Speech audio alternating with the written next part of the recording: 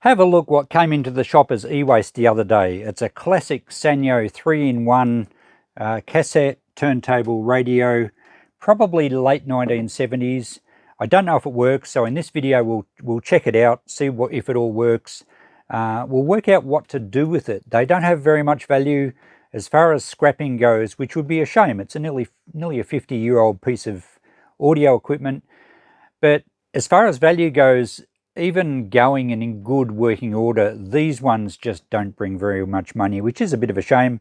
It would have been about $500 new to buy back then, which was a fair bit of money, and they were all the rage in the late 70s, early 80s. But let's check it out, see what we're going to do with it. Surely we can sell it for something, at least get better value than scrap money. So it's a nice looking piece of equipment. It's a Sanyo, where are we, GXT-4545K. It has an AM/FM radio, it has the cassette deck, and it has a turntable. Now, it appears to be in reasonable condition cosmetically. It does need a bit of a clean, and it looks like it may have come out of the house of a smoker. It's got that sort of brownish gunge on all the knobs and a bit of the chrome. I have actually damaged it accidentally myself, and let me show you what it did. I didn't realize, but it was in the car one hot day and I'd forgotten to take it out, and the stylus has well, let's just say it's taken on a new form. So that's unfortunate. We can still check if the record player is going to work. The needle's still in there, so we can tell if the amplifier is working. We'll see if the turntable actually works. It looks like there's a spare turntable belt for it. Hopefully it survived the heat. And we have a bonus Tony Bennett cassette. So I think the cassette's actually in there. There's a fair chance the belts are going to be no good unless it's been serviced, and maybe someone has spent a bit of time fixing it up, given that there's a spare belt for the turntable. So let's plug it in, we'll fire it up, and we'll see if we can get it to at least make some noise. We will need speakers. These things don't have speakers in them. And I did a quick eBay check and found a few on there. None of them sold. The only one that actually did sell was a guy had listed one for $500, extremely ambitious. It didn't sell, of course, and he relisted it as an auction and started it at $1.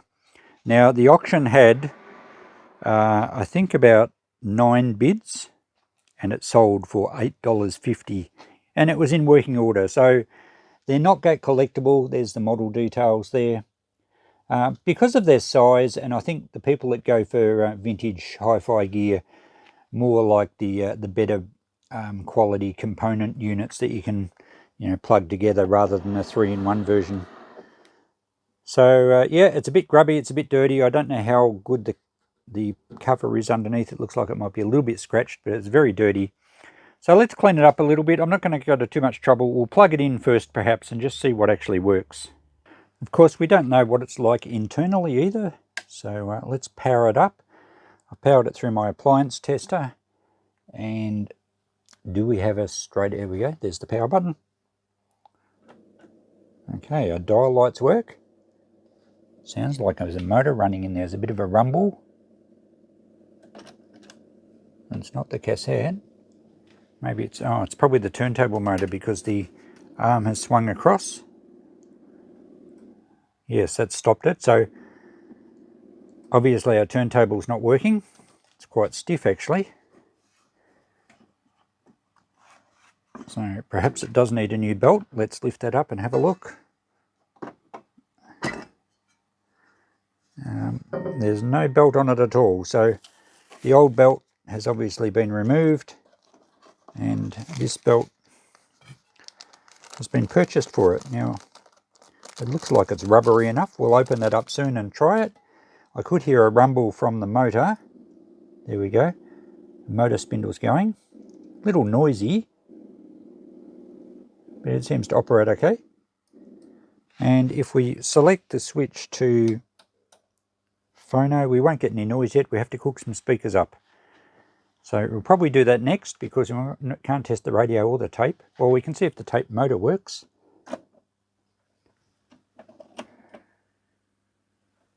No, we have nothing there. Do we have to select tape?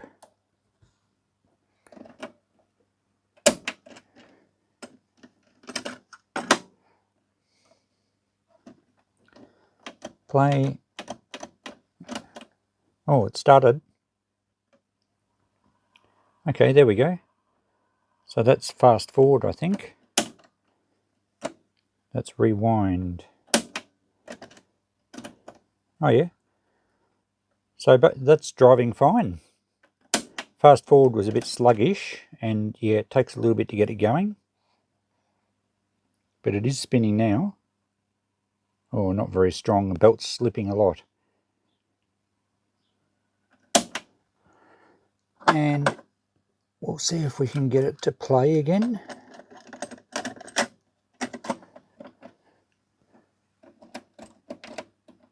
And it tries to go, but it doesn't get anywhere. So I'd suggest the belts are probably no good in the tape player. I'm not going to pull it apart to fix those. The pinch roller in there feels very hard too. Not worth trying to fix those. I guess if the radio goes and the turntable goes, it still could be quite saleable. Let's get some speakers. Okay, I've just got a cheapy speaker here, and I've only got it hooked up to, I think, the left channel at the moment. At least we can hear some noise. I've got a faint buzz coming out of the speaker, and we're on phono at the moment, I think. So we should be able to get a little bit of a noise. Where's our volume? Whoa, volume's very crackly. Funny how that always scares you. So yeah, volume pot's full of dust. It's still probably going to work okay, I hope. Alright, let's see if we get some crackle through the needle. A little bit.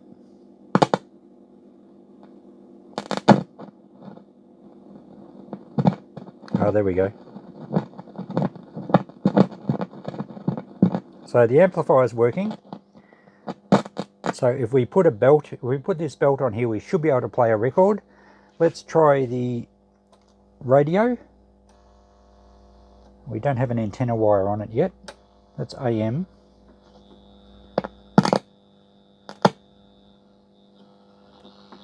Alright, I think if I put my finger on the antenna, or the AM normally has an internal antenna.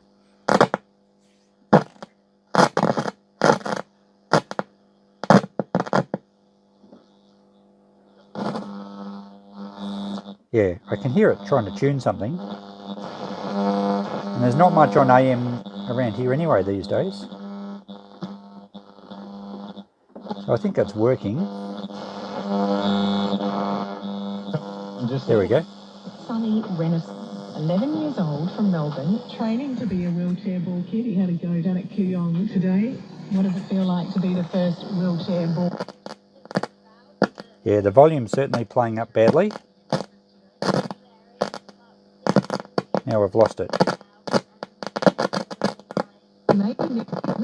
Alright, I think that probably needs fixing before we use it as a radio. We're not going to have much luck picking up anything on FM with it like that. I think we should, let's turn it off for the moment. I think we should turn the thing upside down. There should be an access plate underneath. We'll try and get some spray into the volume, and we should be able to fix that up, because then at least it is saleable as a shed radio, even though it's quite bulky, and I'm fairly confident we're going to be able to play records. So yeah, let's turn it over and fix the volume. So I've flipped it over on a towel. It should be pretty fine on the acrylic top. I don't think it'll damage anything. It's not a very heavy unit. So I'm not sure if we have to take the feet off it, because there's screws into the feet as well. So we'll just take these other ones out first and see if the panel will come off. And hopefully we have good access. I don't want to spend too much time on it. Like I said, it's really not worth it. And at least now I know that if we can get the volume sorted, we'll have a reasonable shed radio.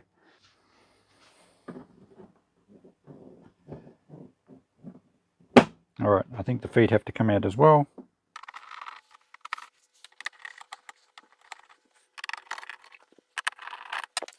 Now we should have access. There we go. Alright, we can't get to the volume pot from this side. That's a shame. How are we going to do this? Maybe the front panel has to come off. That seems like all of a sudden a lot of work. The circuit board can't be removed because the screws come in from the other side. So we might have to attack it from the top, Geez, there's got to be an easier way to get in and service those pots, surely. I can't imagine the front cover's going to be easy to take off. Oh, all the tape mechanism's all attached to it, so that will come off with it. Oh, maybe we can. Alright, well we've got 3 screws here that hold... Oh, what do they hold? Yeah, they hold the front panel into this metal frame. If we take the knobs off, then that will all slip away from that board, and this little panel and the entire tape mechanism should come off with the front panel.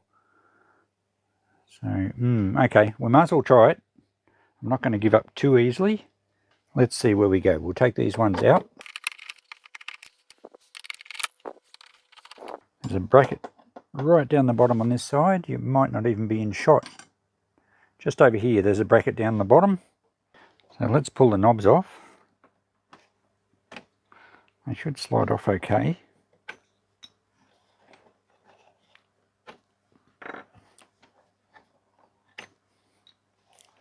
And the switch. Oh, now the tuning, oh, there we go, that's easy. So, how are we looking? It's still quite firm. Well, the whole tape end's pretty free. What else is holding it? We might have to turn it back over and have a look at the top. Well, I can't see much that's holding it. There is a screw just in here. Whether there's an extended panel that bracket that goes across to the screw. We'll take him out and see if it makes a difference.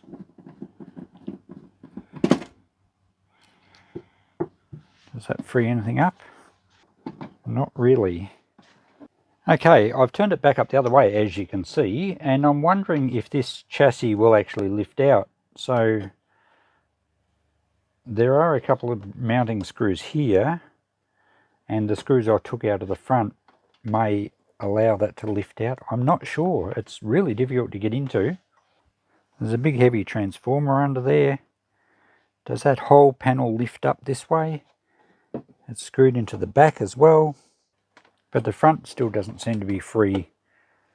The front panel has to come off somehow. Alright, I've zoomed you back a bit. I've taken the screws out of the back and a couple out of some brackets here, and I think the whole works is supposed to come out in one go. Whoa, there we go. So that's, shall we say, more than fiddly. Oh, maybe it's not too bad. We have a wire that can unplug here. But it seems a lot of work just to get a bit of spray into the volume control. That's got it. Now, is there anything else connected? Oh yes, there's the wire from the turntable. Does that unplug off the circuit board? It does. 3 plugs, and they are labelled on the circuit board, so I know which way they go. There we go, we're totally free. Let's just leave it up here like this. You can see there's very little scrap value in these things, really, other than a big transformer and a heatsink. The boards are just very average boards. Not much metal at all, really, so very little scrap metal. All the case is plastic, so certainly not worth scrapping. A little bit of wire, but yeah, I'd rather have the thing operational. Now, where's the volume pot? It's that one, I think. Oh yes, it is. It even says volume on the board. That's nice of them. Right, we should be able to get some spray into there and work it back and forward and free it up. Can I plug the thing in how it is now? What have we disconnected? We've disconnected the audio feed from the turntable. That's fine. And the other wire, I think, was the power wire to the turntable. So we can certainly get the radio working as it is. I'll have to plug my speaker back in, and we'll get some spray in there and we'll work it back and forward for a while. But at least we can test it without putting it all back together. Okay, we might as well give them all a squirt while I'm in here. This one has a switch on the back of it, I think. Oh no, it doesn't. It's just got that little clicking graduation. So I've got to get some spray into the pot somehow.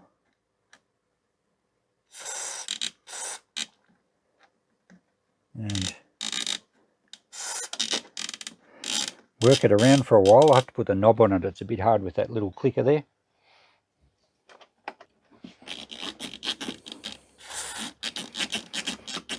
Hopefully it's getting in there. We might as well do the others while we're at it.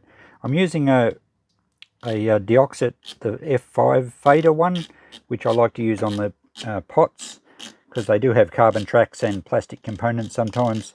The standard Dioxit I use on switches.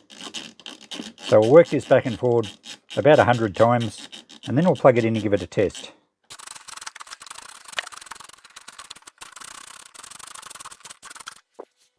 Okay, let's power it up, and our power switch. Alright, so our radio's working much better. And it's a beautiful charity, and it could do fantastic. a lot more. Geez, that stuff works well. And, I think it's great. No crackle at all. Let's put our tuning knob on.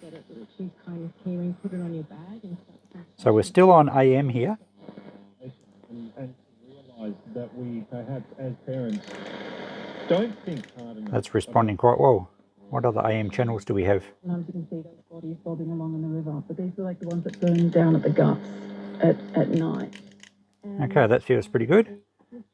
Now our balance Just a friend should... I didn't know very well, and he went weird on me one night. Well, the first night actually, we went to the Monkey Temple. I think our balance needs a spray as well. It's not actually fading. Okay, now let's see if we can get something on FM.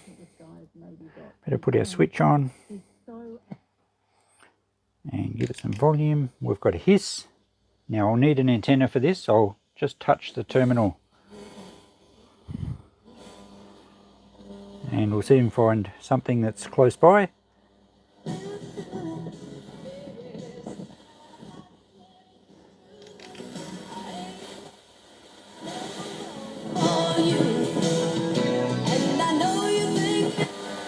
That sounds pretty good.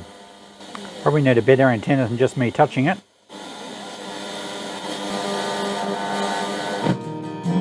Sometimes I feel as though I did. I don't have answers. Okay, that works great. There's very few channels we can pick up in here. The shed's terrible in here for reception, and yeah, the whole area really isn't that good. So to get a lot of the other channels, I'd need an external antenna. But that radio works great. We've totally fixed the crackle in the volume, which means that we have a saleable item now. At least someone can buy it as a radio. Let's put it back together now. We've fixed that. I will spray the other controls just before I do that. And then we'll try out the turntable. So I've got the unit back together and playing very well. Let's just turn that music down. Going really well. I've got it running on the right channel now, so both channels do work. We only tested on the left channel yesterday. And I've removed the cover, and I didn't actually know. I was a bit of luck. I knocked it and it moved sideways. Now these covers will clip on with a little sort of keyhole type thing. You put them on and give them a tap acrossways and they lock on. So yeah, I didn't actually know that they did that, so that was pretty handy. So I'm about to clean up the top and we'll clean the cover up as well. I did clean the front of the unit and I googled how to remove nicotine stains. In fact, I asked ChatGPT and the AI came back with a number of options, including vinegar. So I tried some vinegar and they did clean up really nicely. Then I used some hot soapy water. In fairness, they may have actually cleaned up that well just with the soapy water, but I don't know, the vinegar, it did change a bit of a browny colour in the vinegar I used, so maybe it does dissolve nicotine. I'm not even 100% sure they were nicotine stains, but don't they look nice now? So that's all good. The stereo light comes on, so all the radio functions seem to work nicely. Next is to fit the belt. Now I noticed that there's some black gunge around the motor spindle, and I was just touching it with a bit of acetone, and that's the remains. Have a look at the cotton bud here.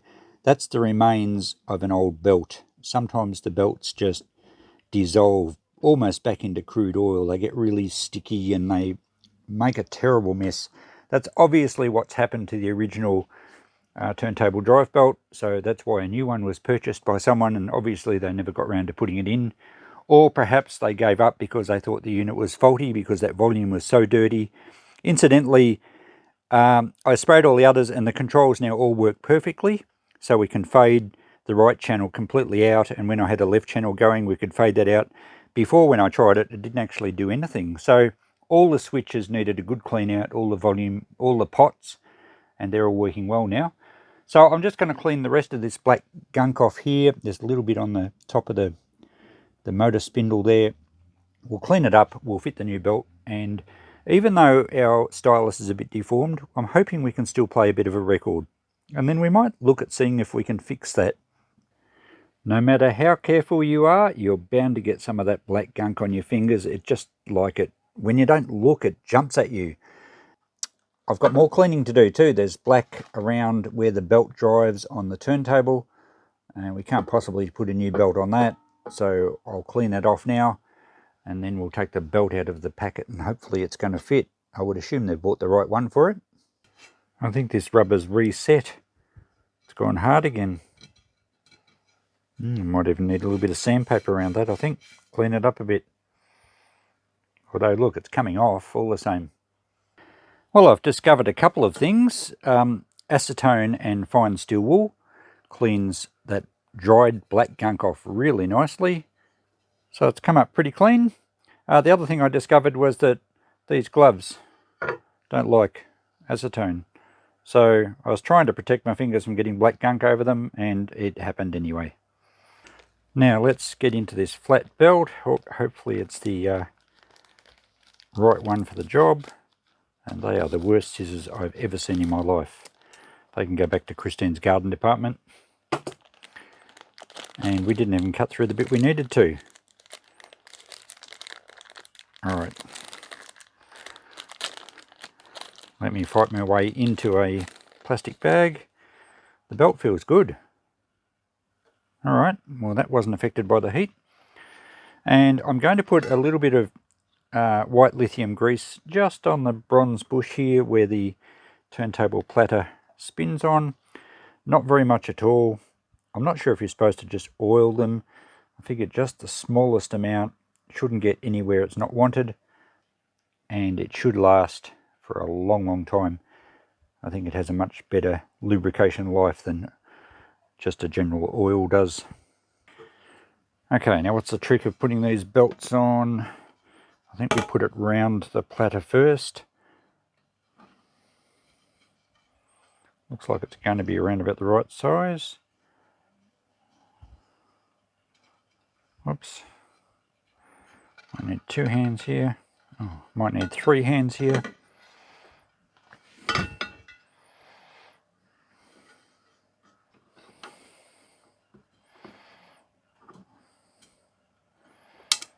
Okay, it's got it on there with no twists.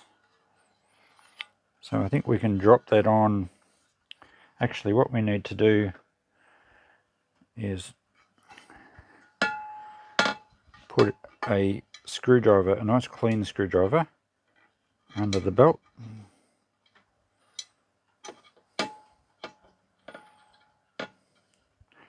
And then we can put it on.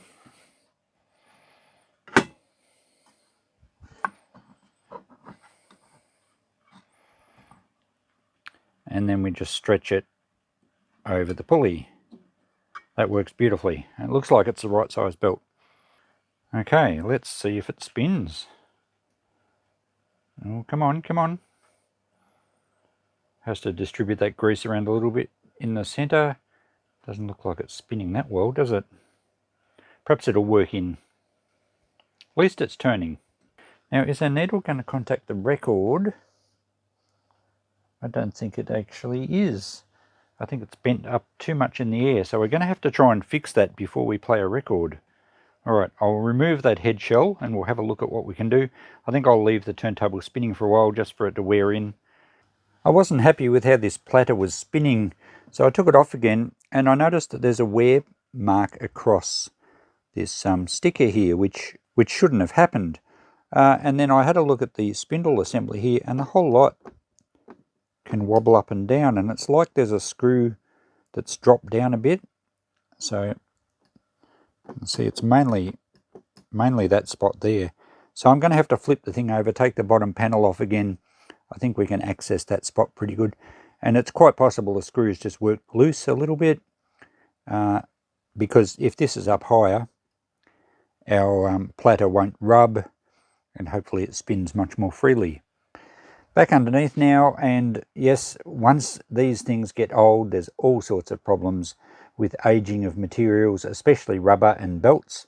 This is the spindle drive, and you can see that's quite loose because the rubber mounts have all gone hard, and the other part is under here, which is the part that's dropped down, and again the rubber suspension has gone hard and it's probably shrunk and it's allowing it to drop down.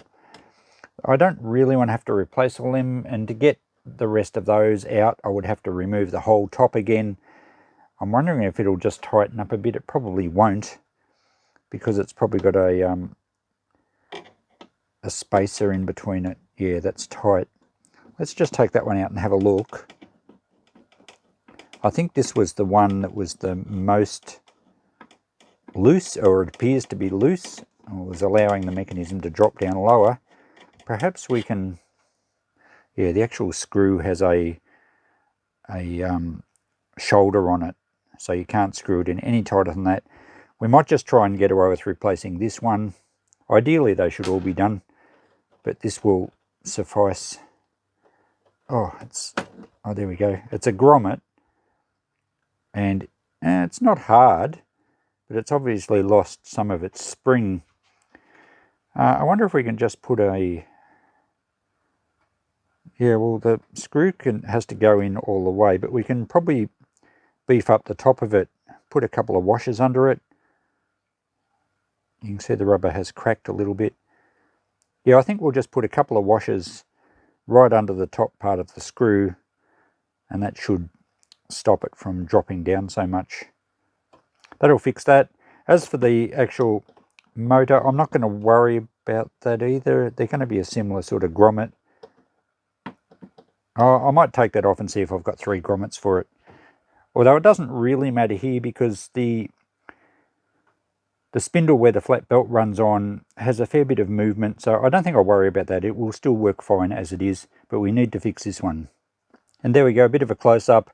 I didn't clip the grommet back into the plate, so that actually gained a little bit of extra rubber to give it a bit more suspension, and I put a second washer under there.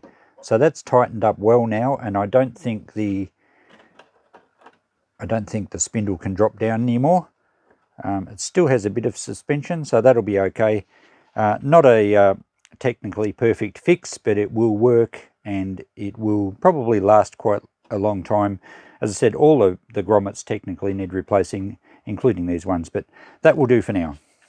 Back together now, and it seems to be running okay. Might be an optical illusion, but it does seem to be a little bit uneven in its revolutions, but it's certainly quiet. It's not touching or rubbing anything anymore, so that's good. We'd better take this stylus head off and see if we can do something with this plastic. We probably can't bring it back to what it was, but we might be able to alter the angle enough for the unit to actually play a record. So I think we'll probably take the stylus out first. I think the stylus is okay. It's just the plastic head shell is very affected by heat. I'm not sure how we're going to bring it back into shape. It's probably gone quite brittle. If I get a close up here, I'll be able to see where all the wires go. So red is front right while the stylus is looking at me, and white is front left. Green is back right, and blue is back left. Okay, that's now safe. And how does this come off? I think it probably screws on the end. Let's back you out a bit. A little collar here. Yep, there we go. Okay. It's certainly distorted. I'm not worried so much about trying to get it back to the original shape, but we do have to get rid of this big curl upwards and try and flatten it out. I'm thinking I'll use a hot air gun and maybe try and clamp it with a bit of gentle pressure and see if we can gradually get it to straighten out. Okay, here's my plan. I found a little bit of metal in the scrap bin. It's actually part of the small kitchen tongs, and it will fit snugly underneath where the wires come through, and I'm going to clamp it at the back with just a little metal clamp here, and then I will heat the top of the shell with the hot air gun and use some pliers and just try and squash it down. So the metal I've got will give a base, a flat base to try and mold it back down to. Don't know if it's going to work. Let's give it a go. I'm just going to go with a hairdryer for a start because they get pretty hot. Let's warm it up a bit carefully. I'll put in a vise so that I can actually apply some plier pressure as it's heating up.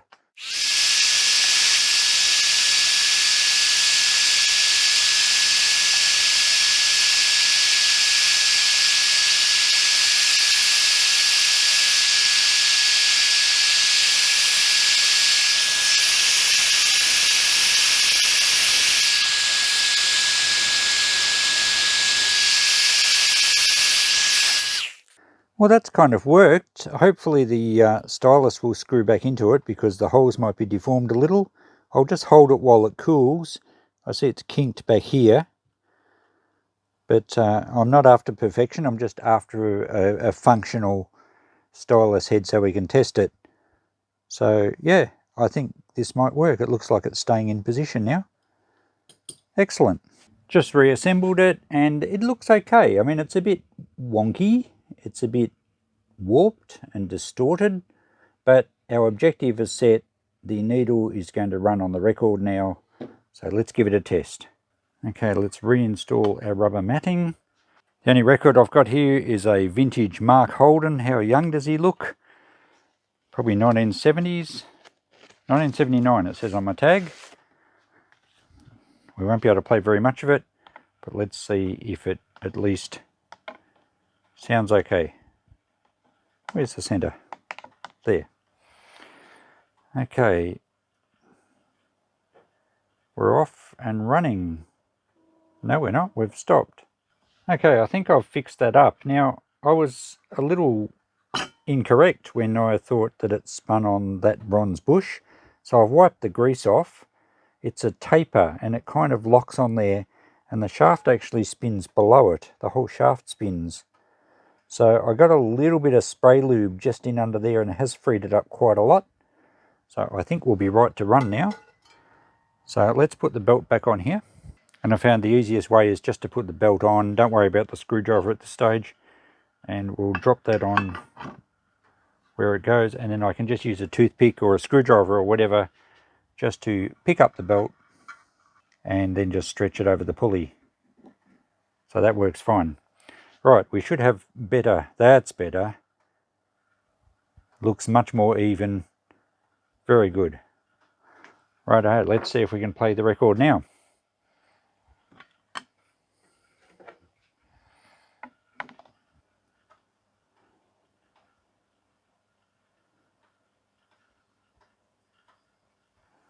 Oh, I guess it would help if we had a speaker hooked up. Does the reject work? Yes, beautiful. Okay, we shall try again.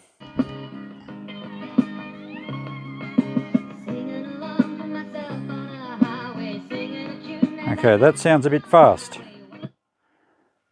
We must be on 45. 33. That's better.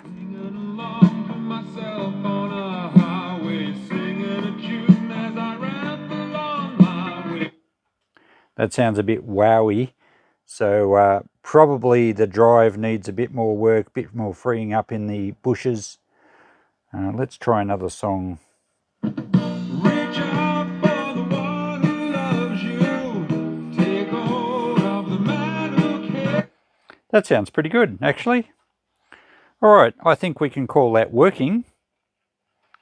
And our stylus head works fine there. So I'm going to just give it a bit of a clean up and we'll call this job finished. I've just cleaned the top off just with some glass cleaner, or any general cleaner will do. It's got some scratches, it's got a lot of fine haze, and I'm not sure what the go is in the middle. It's quite sandblasted, or whether something's been sitting or rubbing on there, or maybe it's from underneath. Not sure if this will make a difference. Yeah, it is from underneath. So it shouldn't be scratching. And maybe just may have been some fumes from when the sun was really heating the plastic. But it's not going to clean off easily. I'll give it a wipe over. But I think as it dries, it's going to go back milky. Still, I'm not overly concerned about that. It is what it is. But I am going to finish it just with some Armour All. It actually puts a bit of gloss on it and it will hide some of the scratches. So we'll just spray a bit of this around. Use a different rag.